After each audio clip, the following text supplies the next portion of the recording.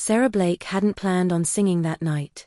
The plan had been simple: play 3 songs on piano, sing one jazzy Italian classic as a nod to her roots, collect her tip money, and go home before the subway closed. She wasn't in the mood for anything more, not with rent due in 4 days, a dead Wi-Fi router at home, and a rejection email from yet another translation agency still sitting unread in her inbox. But something about the stillness of the crowd at Café Firenze that night, the way the lights dimmed just slightly too much, the scent of old espresso and fresh basil in the air, it reminded her of her grandmother. And when she thought of Nonna, she thought of the song. So she sang it. Anima au cor. But not the polished Italian version you'd hear in a tourist restaurant in Rome. No. She sang it in the old dialect, Neapolitan, the kind her grandmother taught her growing up in Queens. It was slower, sadder, and full of ghosts. She closed her eyes as she sang, because that's how the song wanted to be sung. Not performed, offered. The first verse filled the small room like smoke. Conversation died down. Utensils stopped clinking. Even the barista at the espresso machine froze mid-steam. By the second verse, Sarah felt it, the shift. That peculiar stillness when emotion becomes a presence in the room. Avec te pressing on evry table, evry chair. That's when she opened her eyes. And saw him. He was standing just inside the entrance, tall and dark-suited, as still as a statue. His hands were at his sides, clenched, as if resisting the urge to move. His eyes, dark, unreadable, were locked on her with unnerving intensity. He wasn't just listening. He was remembering something through her. Grieving something. Or someone. 2 men flanked him, security, clearly. Big, broad, buzzcut. One leaned in to speak to him. He didn't move. Just shook his head once, eyes still on her. She faltered for half a second, her breath catching, but she pushed through. Finished the song with her voice trembling only slightly. When the final note faded, the silence lingered, then applause rose, soft and genuine. But Sarah barely heard it. Because the man was moving now. Walking straight through the cafe as if the tables weren't even there. Patrons shifted aside instinctively, eyes following him with quiet curiosity. He stopped just in front of the small stage, looking up at her. Now that he was closer, she could see the lines of exhaustion in his face, the stubble along his jaw, the olive tone of his skin, the faint scar above his left eyebrow. "Where did you learn that song?" he asked. His voice was low, rough, as though unused to softness. She blinked. "My grandmother taught me. She was from Naples." "The version you sang, et stepped closer." "That dialect. It's not common." "No," Sarah said carefully. She said it came from her village. "Near Caserta." His breath caught. For a heartbeat, he looked almost unmoored. "My mother used to sing it," he said. "Exactly like that. Same phrasing. Same tone. She died 19 years ago. I haven't heard it since." The ache in his voice was real, and it hit Sarah somewhere behind her ribs. Grief recognized grief. "I'm sorry," she said quietly. "I lost my grandmother last year. Cancer." He nodded once, as if that explained everything. Maybe it did. "I'm Dominic Romano," he said, extending a hand. "Sarah Blake." He repeated her name slowly, as if trying it on his tongue. "I need to ask you something," he said. "And I need you to hear me out before you say no." Sarah hesitated. She knew that tone. The tone of someone used to getting what he wanted, but also used to not being believed. "I'm listening." "I have letters," he said. "Boxes of them. Written by my mother before she passed. Some in Italian, some in dialect. Old handwriting, family history, maybe even secrets. I need someone who can read them. Translate them with care." "There are professionals who specialize in that," Sarah replied, cautious now. "I don't want a service," Dominic said. "I want someone who understands the weight of what they're reading." "Someone will treat every word like it matters." He held out a business card. Simple white. Just a name and number. No logo. No title. Sarah took it. "How much are we talking?" she asked, surprising herself. $200 an hour, he said. 20-hour minimum. More if you can start tomorrow." She almost dropped the card. It was too much. No one paid that much for translation unless there was a catch. But $4,000? That could buy her a whole month of peace. Rent, groceries, debt reduction. Why me? She asked. Because you sang that song, he said. Exactly the way my mother did. And I think you're the only person who can give me back her voice. Something in her chest cracked. I'll think about it, she said. Don't think too long, he replied. There's something in those letters. I can feel it. And I need to know what she was trying to tell me. He turned and walked out without waiting for a promise. His security detail fell in behind him like shadows. Sarah sat back on the piano bench, staring at the card in her hand. It weighed more than paper should. The Romano estate was not what Sarah had expected. She had imagined a glass tower in midtown Manhattan, full of steel and silence, cold and corporate. Instead, the driver Dominic sent the next morning took her to a converted brownstone in the West Village.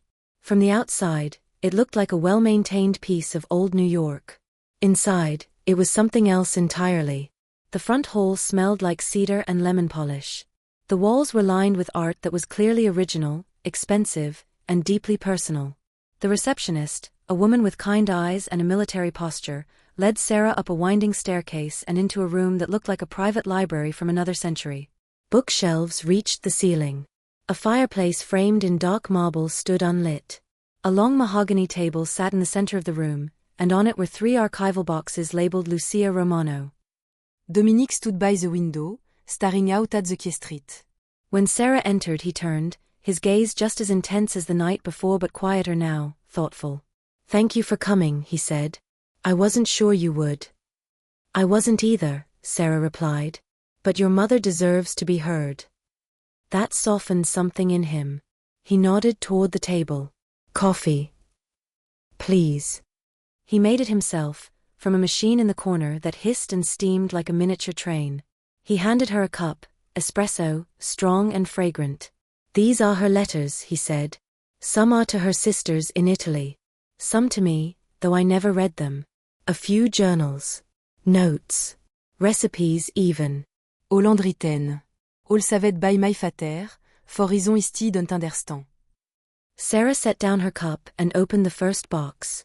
The scent of old paper hit her immediately, dust, ink, time.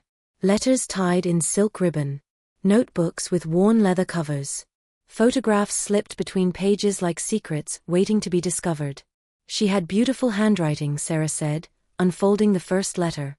She had a beautiful voice, Dominic replied.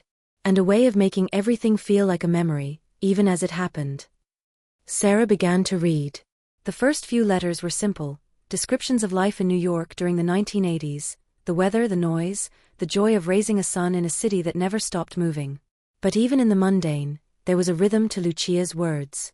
A kind of melancholy that ran just beneath the surface. She missed Italy, Sarah murmured. She missed who she was before all this.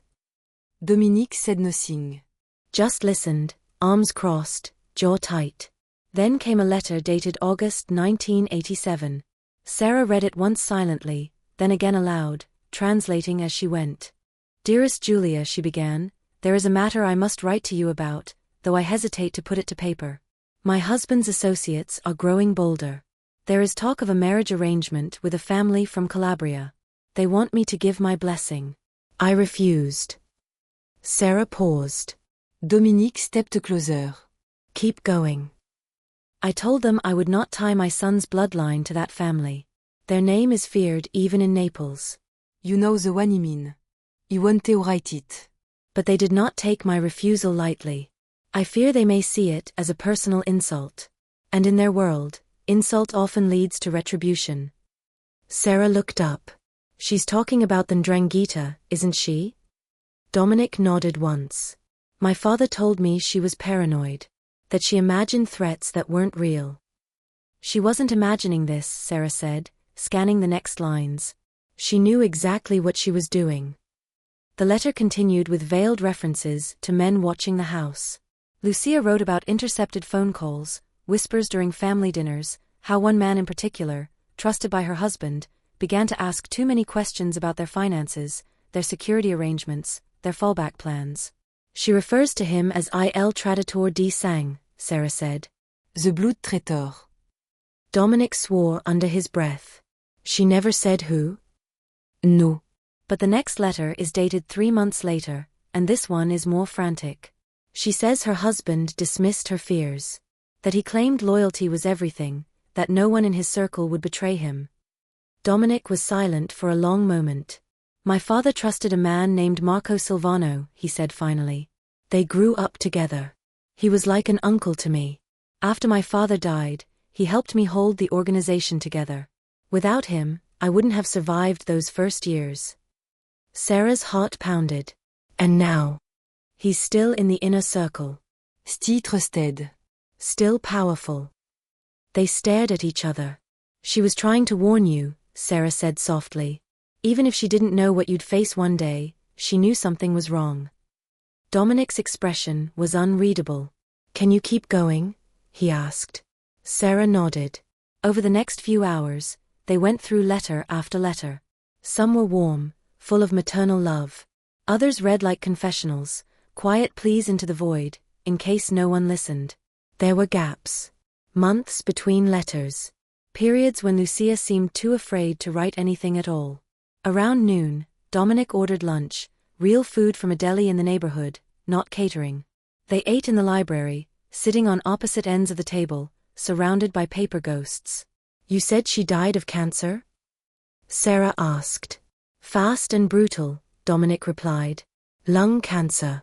Diagnosed in July, gone by October. I was 15. Mine was pancreatic. Took my grandmother in 6 months. I'm sorry. You get used to the silence, Sarah said. But not the absence. Dominic studied her. You're not what I expected. I get that a lot. He almost smiled. By mid-afternoon, they reached a journal entry that made Sarah's blood run cold. She says she found evidence, she murmured, translating slowly.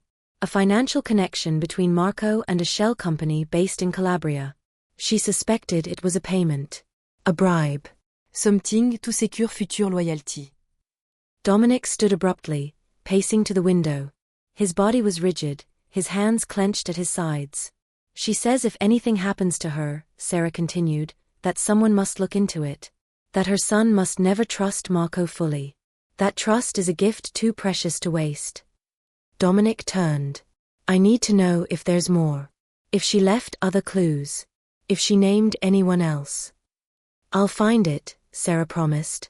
Whatever she was afraid of, it's not over, he said. Not if Marco's still playing both sides. And if he is? Dominique's face darkened.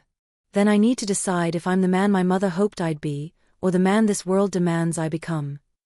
The weeks that followed were filled with paper, ink, and late-night silence. Sarah worked almost every day at the Romano estate, buried in the labyrinth of Lucia's letters. The library became her second home, a quiet sanctuary where past and present collided. Dominic rarely hovered, but he often appeared without warning, coffee in hand, questions in his eyes. He didn't read the letters himself, not directly. He let Sarah be the voice between him and the ghost of his mother. Trust began to grow between them, not forced or romantic, but cautious and real. A mutual respect. Sarah came to understand that Dominic wasn't just a man with power. He was a man trying to reshape it, control it before it consumed him. There were calls at all hours, meetings with men in suits who never gave last names, long nights when he returned to the house with blood on his cuff and guilt in his eyes. He didn't explain, and she didn't ask. But she saw it. One evening, she arrived to find the front door open, the lights low. The estate was quiet, too quiet. Dominic, she called out, stepping carefully into the front hall. She heard movement upstairs, followed by the low hum of voices. Then Dominic appeared at the top of the staircase, face grim, shirt sleeves rolled up, jaw tight. Stay downstairs, he said. We've had a situation. Sarah froze. What kind of situation? Marco. Her stomach dropped. He's gone. No. He's been relocated. She climbed the steps, ignoring his warning. Relocated how? He was confronted. I gave him a chance to explain. He didn't take it. Did he admit to anything? Not in words. But the evidence speaks for itself. He took money from Calabria-linked accounts, rerouted shipments, planted people inside my logistics teams. And he's been doing it for years. Sarah stared at him. What did you do? I spared him. That made her blink. You what? I exiled him. Confiscated his assets. Sent him to Geneva with a warning. If he ever steps foot in the States again, he's done. She didn't know what surprised her more, the betrayal or the mercy. I thought you'd kill him, she said honestly. I thought I would too. Why didn't you? He looked at her, tired. Because if I start becoming the kind of man who solves everything with blood, I'll never stop. Sarah said nothing. There was nothing to say. Over the next few days, news of Marco's disappearance spread quietly through Dominic's organization. Whispers passed between lieutenants. Some saw mercy. Others saw weakness. Dominic remained composed, but Sarah could feel the tension rising. Something about the silence didn't feel like calm, it felt like the stillness before a storm. Then the storm came. It was late, nearly 2 a.m., when the Romano estate was attacked. Sarah was staying overnight for the first time, working late on a new batch of Lucia's letters. Dominic had insisted she use the guest suite upstairs. Just after she turned off the light, she heard the first explosion, a dull, concussive boom that shook the windows. Then shouting. Glace shattering. Gunfire. She scrambled out of bed, barefoot, heart pounding. Her phone buzzed once, an automated message from the estate's panic system, shelter in place. Do not exit. But she was already moving. Dominique's voice crackled through the intercom. Sarah, go to safe room. Bottom floor, west hallway. Code is 9-7-3-2. She didn't respond. Just ran. The estate was chaos. Armed men in black moved through the lower levels. Dominic's guards returned fire, shouting orders. The hallway smelled like smoke and gunpowder. Sarah ducked behind a column, trembling. She could hear Dominic's voice from the study, calm but clipped, barking commands. Then a scream. Then silence. She hesitated only a second before sprinting toward the study. Inside, Dominic was slumped behind the desk, clutching his left shoulder, blood seeping through his shirt. A man lay dead near the fireplace. Another staggered through the broken window. Dominic, she gasped, rushing to his side. Shouldn't be here, he growled, face pale. Told you, safe room. I'm not leaving you. She tore open a drawer, found a first aid kit, and dropped to her knees beside him. He gritted his teeth as she cut away the fabric, exposing the wound. It wasn't deep, but it was bleeding heavily. This will hurt, she said. Do it. She pressed gauze to the wound, her hands steady despite the chaos around them. The gunfire was fading now, his men regaining control. But the damage was done. The Romano estate, once impenetrable, had been breached. When the bleeding slowed, Dominic leaned back against the wall, breathing hard. You're insane, he muttered. You're welcome, she replied, voice shaking now that the adrenaline had begun to fade. HISI's meilleur. You saved my life. She didn't respond. Juste presse d'arder on the gauze. By morning, the bodies were gone. The windows were boarded. The estate looked like a crime scene pretending to be a home. Sarah sat in the library, Lucia's letters untouched in front of her. Dominic entered, arm in a sling, exhaustion etched deep into his face. You should go, he said quietly. This isn't your world. I didn't ask for it, she replied. But I'm in it now. You don't have to be. Yes, she said. Ido. He stared at her, unreadable. Why? He asked. Because I believe you, she said simply. And because if I leave now, you'll go back to doing things the old way. Silence. You don't need me, she continued. But maybe you need someone to remind you who you were trying to become.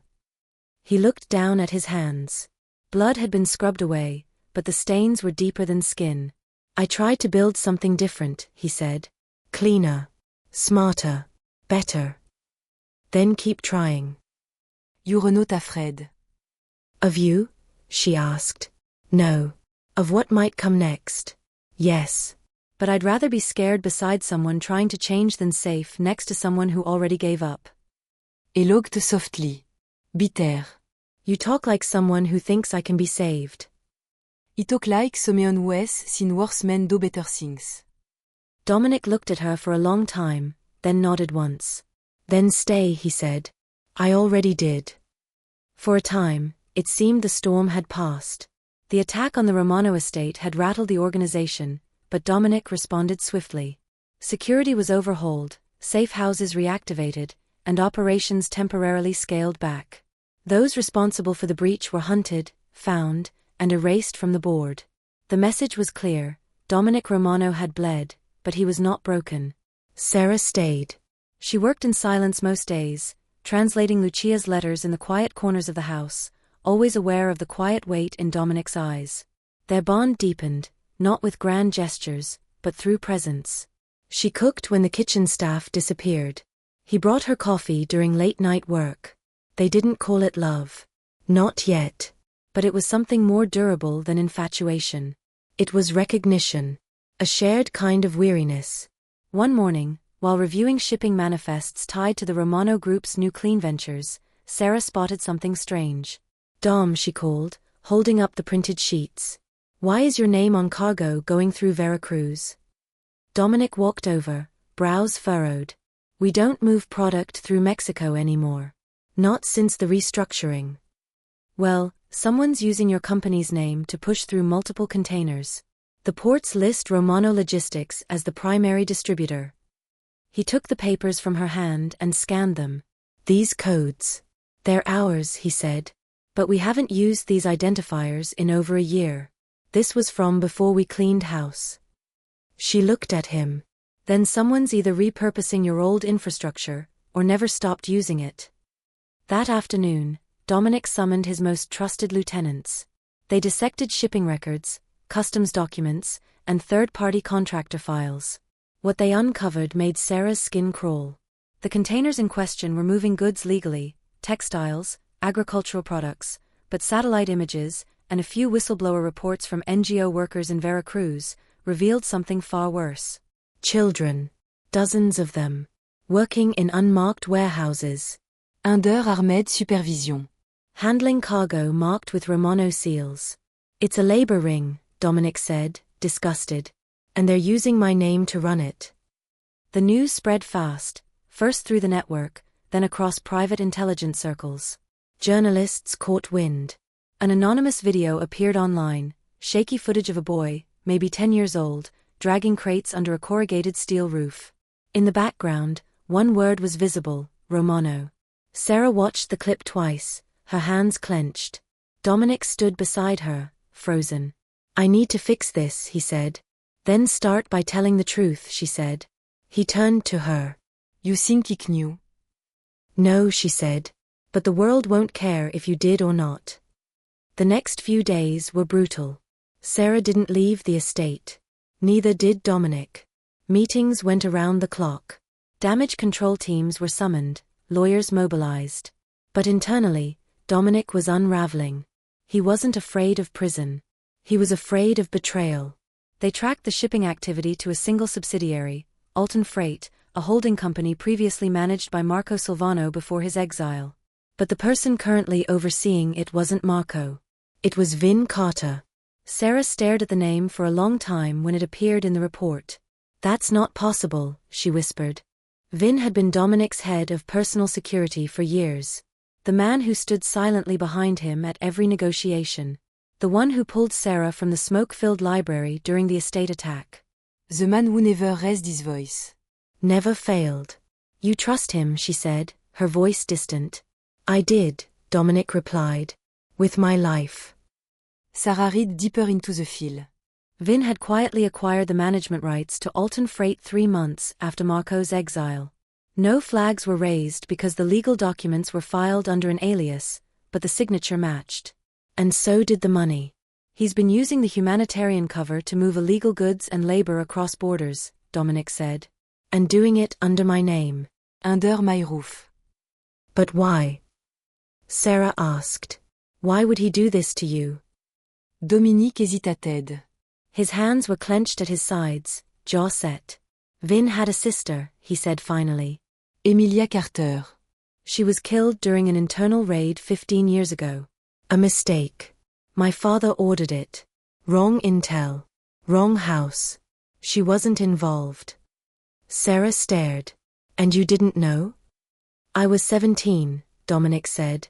I didn't learn the full story until years later. When I confronted my father, he told me, collateral damage builds empires. And Vin? She asked. He stayed. He said he forgave me. Said he knew I wasn't my father. Sarah's voice broke. He's been waiting all this time. Building something. Waiting for the perfect chance. To destroy me, Dominique said. No, she whispered. To make you become the thing he always believed you were. A monster. The room fell silent. Then Dominic stood. Where is he now? They found Vin at one of the Romano storage facilities in Jersey, going through documents. He didn't run when the guards arrived. He simply waited. When Dominic entered, Sarah at his side, Vin looked up, calm as ever. I figured you'd come, Vin said. You could have told me, Dominic said. You could have said something. And what would you have done? Vin asked. Punish your father from the grave? Bring back my sister? Your entire life was built on blood, Dominic. I just made sure you bled too. You used children, Sarah said, trembling. I used leverage, Vin replied. No one cared when she died. No one paid. I waited. I planned. And then I made sure your name would rot, just like mine did. Dominic looked at him for a long time. Then he said, take him. Vin didn't resist. That night, back at the estate, Sarah stood in the doorway of Dominic's study. What will you do with him? She asked. Dominic didn't look up. He betrayed everything. Used my name. Hurt people. That's not what I asked. He closed the folder in his hands. If I kill him, he said, I prove him right. That I'm just my father with better suits. And if you let him live? Then every man in this organization thinks weakness gets mercy. And next time, it'll be worse. Sarah stepped closer. Then do the third thing. There is no third thing. There is. There's always a third thing. He looked up at her, eyes rimmed with red. Tell me, he said. Be the man your mother believed in, Sarah said softly. Find a way to be feared without being hollow. Be dangerous, yes, but be just. Don't let his hate become your legacy. He stood, walked to the window, and said nothing for a long time. When he finally spoke, his voice was quiet. I'll decide by morning. Sarah nodded once, then turned and left, her heart heavier than it had ever been. Morning came quietly. The Romano estate, scarred from the past month's violence, felt like a hushed cathedral. Doors creaked with hesitation. Footsteps echoed too loudly. Even the birds outside the window seemed unsure if they should sing. Sarah hadn't slept. She spent most of the night in the library, Lucia's letters spread around her like a protective circle. The woman's words had become more than ink on paper. They had become a map. A warning.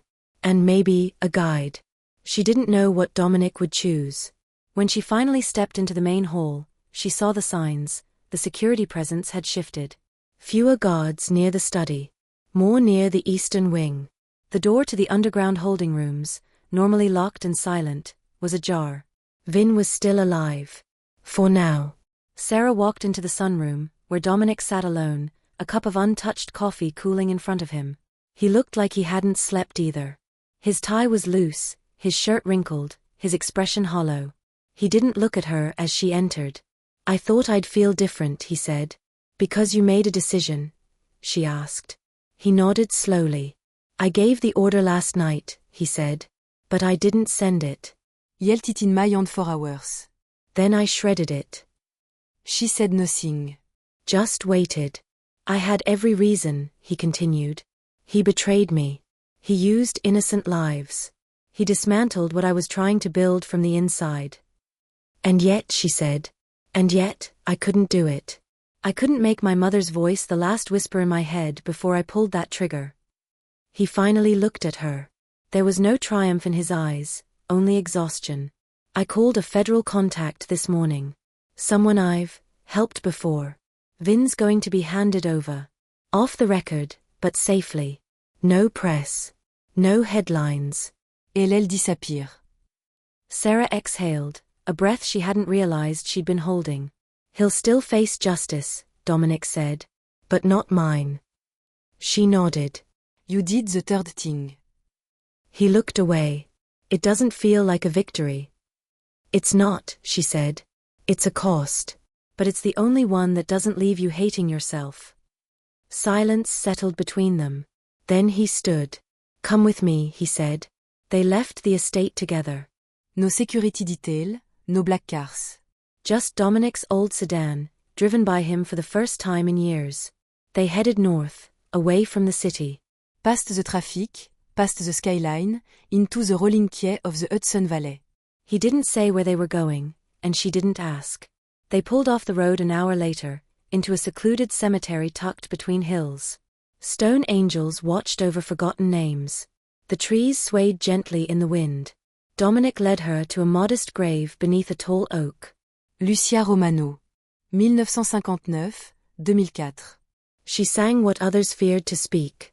He knelt beside the grave, brushing away fallen leaves.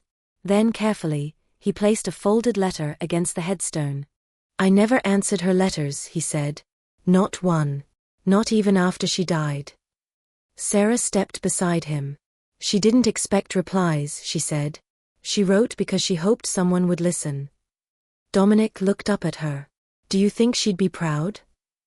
I think she'd be relieved, Sarah said. You didn't let the worst part of you win. He stood slowly, turning to her. You stayed, he said. I did. You saw everything. The blood, the lies, the failure. I saw more than that too. He reached into his coat pocket and pulled out a small box. Not velvet, not polished.